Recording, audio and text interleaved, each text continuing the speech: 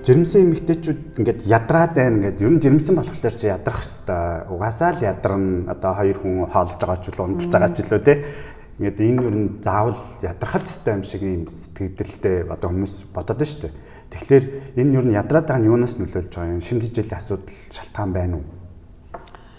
Тийм ядраад байгаа нь бол ерөнхий шинж тэмдэг тийм ээ. Тэгээд нэмээд одоо яг жирэмсэн ээжүүдийн хувьд бол бас ядраад байгаа шинж тэмдгийг бол бас анхаарч үзэх хэрэгтэй. За ялангуяа нэмэлтээр одоо бас яг бичил шимт хичээлтэй холбоотойгоор бол яг төмөр дуталтай холбоотойгоор бас эмэгтэйчүүд бол ядарч болно.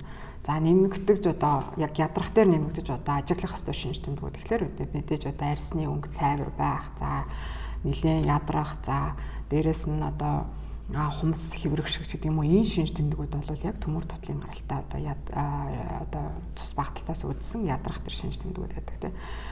Тийм учраас жирэмсэн ээжүүд бол хяналтын эмч дээр аль болох эрт хяналтандаа орох хэрэгтэй.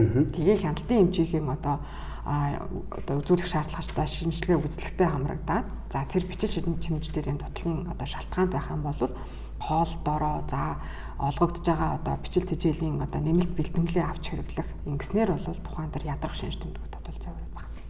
Одоо ингээд жирэмсэн эмэгтэйчүүдийн дунд байдаг шүү дээ.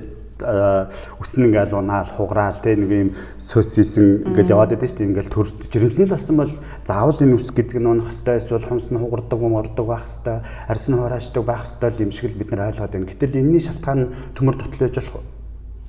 Бол нь ер нь бол жирэмсэн үедээ хэрвээ тухайн ээж маань бол бичил тэжээлийн дуталтай байх юм бол энэ цагийн ярьсан одоо таны хэлсэн энэ шинж тэмдгүүд бүр илүү их илэрч болно тийм. Тэгээ мэдээж дээрээс нь бол жирэмсний даавартай бас холбоотойгоор төрсний дараах шинж тэмдгүүд илүү их илэрч болно.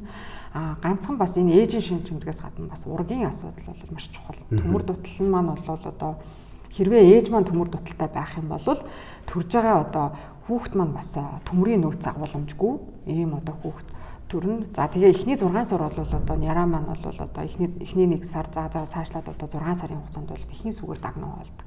Ямар нэгэн нэмэгдэл хоол иддэггүй. За тэгэхээр энэ үед бол эхний дээр 6 сарын нөөц төмрийн бэлтгэл бол одоо яг ээжээс авч төрдөг гэсэн үг. Тэгэхээр төмөр хэрвээ төмөр дутагдаад байх юм бол хүүхдэд ямар сөрөг нөлөөтэй?